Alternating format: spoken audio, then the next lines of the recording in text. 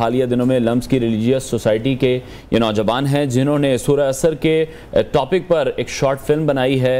कैसा उनका एक्सपीरियंस रहा, कहाँ से उन्हें ये ख्याल आया, आज हम उनसे जानेंगे। बिल्कुल ऐसे ही हम स्टूडियो में ज्वाइन कर रहे हैं सारिब गिलानी और इसके अलावा रेयान बेग हमें ज्वाइन कर रहे हैं, साथ ही साथ अहमद नवीद भी स्टूडियो में हमें हमारे साथ मौजूद हैं। तो जरा बैक टू बैक सभी की तरफ आते हैं, क्योंकि आप लोगों ने बताया तो था कि आप लोग खुद से क्या करते हैं, लेकिन रेयान से स्टार्ट करते हैं। रेयान, आपकी क्या पार्टिसिपेशन रही है इस शॉर्ट फिल्म की प्रोडक्शन में? इसकी जो स्क्रिप्ट थी ना, ये ऑलरेडी लिखी गई थी और सानिम भाई is a senior of hours, तो उन्होंने अपने सोफोमोर ईयर के अंदर ये स्क्रिप्ट लिख ली थी इसकी। मेरा जो है ना ये एक्सपर्टीज़ है कि मुझे फिल्म मेकिंग और उसकी प्रोडक्शन का ऑलरेडी थोड़ा अंदाज़ा था। तो मैं जब यूनिवर्सिटी में आया था ना, तो मैंने सानिम भाई वाले से बात की थी, तो उन्होंने तब मुझे कहा कि अच्छा हम इस्लामिक फिल्म वगैरह बनाना चाह रहे हैं, तो वुड यू बी इंटरेस्टेड, क्योंकि उनको कोई मिल नहीं रहा। सारिम भाई से मुझे लग रहा है कि सारिम आपके सीनियर है? जी सीनियर है। सारिम, आपको ये आइडिया कहाँ से आया?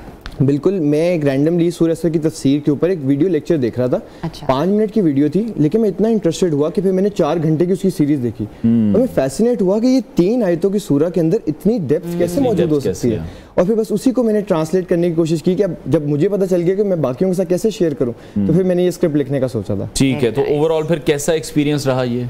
शानदार। मैं तकरीबन 8-10 साल से थिएटर और फिल्म इंडस्ट्री के उनके साथ काम कर रहा हूँ डिफरेंट प्रोजेक्ट्स के ऊपर, लेकिन ये बहुत ही स्पेशल था इन टर्म्स ऑफ जो आप कहते हैं ना कि गैबी मदद आपको महसूस होती है, प्रमोशन के हवाले से भी, लॉजिस्टिक्स के हवाले से भी, फाइनेंसिंग के हवाले से भी। तो मेरा तो बेस्ट प्रोजेक्ट था। ठीक है, तो अहमद इसमें लीड रोल कर रहे हैं। अहमद, आपका एक्सपीरियंस कैसा रहा और जो राइटर हैं कितनी कुछ सख्ती उन्होंने फिर आप पर की है, क्योंकि जब भी सीन फिल्माए जा रहे होते हैं तो बड़ी मुश्किल तो पेश आती है वहाँ पर भी। असल में सारिम भाई खुद मेरे मेंटोर हैं, तो लाइक मेरा लम्स के अंदर पहला experience with theatre with film making Sarim भाई के थ्रू ही था। ठीक है, तो इन्होंने मुझे रीच आउट किया था कि ये मेरे पास एक स्क्रिप्ट है और ये character very well suits you, तो आपने इसको प्ले करना है। ठीक है, तो लाइक विदाउट थिंकिंग ट्वाइस मैंने कहा आई विल डू इट।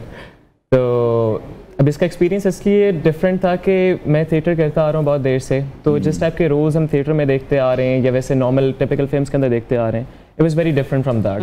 जो मेरा कैरेक्टर था वो थोड़ा सा नॉन रिलीजियस टाइप का था और हम उसकी जर्नी पे जा रहे हैं कि like how he discovers religion और how he rediscovers the definition of success and happiness. ठीक है, तो उस स्पेसिफिक के अंदर लाइक जब उसको मैंने प्ले किया तो वो एक बहुत ज़्यादा सेल्फ फुलफिलमेंट वाला भी एक एस्पेक्ट उसके अंदर आ रहा था। ठीक है। अच्छा रेयान, तो आप वीडियोग्राफी चूंकि आपने की है इसमें और आपने विजुअल्स को जिस तरीके से यूटिलाइज किया है वो मैंने भी देखा भी, वो ब्लू सी वेव्स को ग्राफिकली यूज करना, इस चीज़ का भी ख्याल रखना कि बहुत ज़्यादा ओवर ना लगे कि ज़रूरत से ज़्यादा ही आपने इसके अंदर हॉरर और वो थिएटर डाल दिया है, और इस चीज़ को भी ये होना कि हाँ एक मैसेज भी कन्वे हो जाए, ये कितना बैलेंसली आपको लेके चलना पड़ा? ये असल में ना जब शॉर्ट फिल्म एडिटिंग होती है ना, स्पेशली इसको एडिटिंग फेज में लेके जाते हैं, प्रोडक्शन के बीच जो है ना स्पेशली मैंने ख्याल रखते हैं कि मेरा सिनेमाटोग्राफी के साथ पहला एक्सपीरियंस था, तो मुझे था कि एक शॉट्स वगैरह कहाँ से लेनी है। इनको मैं ये बार बार डायरेक्ट किया जा रहा था कि आप बस यहाँ खड़े हो, फिर मैं यहाँ से शॉट लेता हूँ, फिर दूसरी साइड से जाके शॉट लेता हूँ। तो वो प्रोडक्शन का मैंने फुल कोशिश की थी कि इन लोगों को फिक्र ना हो बिल्कुल, फिर इनको मेरे ऊपर एतबार हो कि ये कर लेगा, एंड के ऊपर एडिटिंग के अंदर कर लेगा। तो एक दफ़ा हमने 2-3 दिन में जब प्रोडक्शन कर ली ना, तो जब एडिटिंग के ऊपर आया ना, तो उसके अंदर मैंने फिर फुल जोर दे दिया। वो जो ड्रीम सीक्वेंस है उसके अंदर मैं प्रॉपर साउंड, नो डाउट, क्योंकि आप शूट कर लेते हैं, शूट के बाद उस चीज को निखारना होता है ना, वो सारा काम ही एडिटर का है। बिल्कुल ऐसी। अच्छा सारिम, सूरह असर जिस तरह से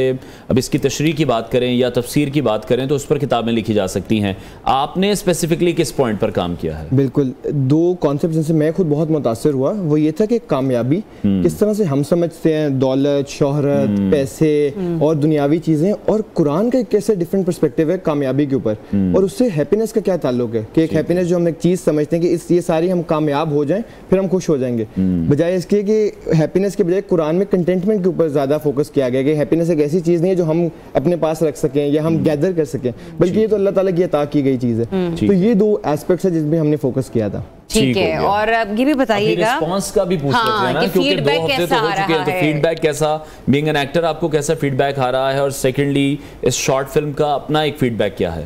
सो बेसिकली हमें 1.5 हफ्ते के अंदर अप्रॉक्सीमेटली 1.5 लाख व्यूज़ मिले थे, जिसके अंदर हमारी लम्स रिलीजियस सोसाइटी के यूट्यूब पेज और उनके इंस्टाग्राम चैनल्स के थ्रू हमने इसको प्रमोट किया था। और feedback personally as an actor मुझे लाइक लिटरली कैंपस पे लोग मिलते थे और कहते थे, अब एक बड़ा ना एक स्टिग्मा क्रिएट हुआ है लम्स के अराउंड के लम्स ऐसी जगह है जहाँ पे रिलीजन की जगह नहीं है और वो बहुत उस तरह।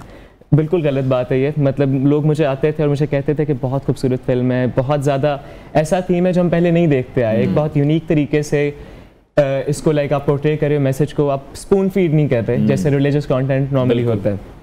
तो एक बहुत पॉजिटिव फीडबैक आता रहा है, लोग लिटरली स्ट्रेंजर्स मुझे पर्सनल टेक्स्ट करते थे कि मैंने ये फिल्म देखी और मुझे ये वाले सीन से बहुत ज़्यादा अटैचमेंट हुई, मुझे इस सीन से बहुत ज़्यादा सीखने को मिला, ठीक है, और like this scene like specifically stuck with me. चलिए यहाँ पे मैं सबसे अच्छा मैसेज तो ये भी बोलूँगी कि वो पेरेंट्स जो अक्सर अपने बच्चों को ऐसी यूनिवर्सिटीज़ में भेजने से थोड़ा झिझकिचा रहे होते हैं कि हमने तो ये सुन रखा है, हमने तो ये देखा है, फलानी चैनल पर ये खबर चली थी, अब एक अच्छा मैसेज भी यहाँ पर चल रहा हो रहा है। बिल्कुल ऐसे ही है। अच्छा, स्टूडेंट्स हैं, आप तीनों ही स्टूडेंट्स हैं, तो फिर पैसे भी लगते हैं फिल्म बनाने पर, तो वो फिर कैसे मैनेज किया? लम्स ने कोई हेल्प की है? फंड्स कैसे जनरेट किए?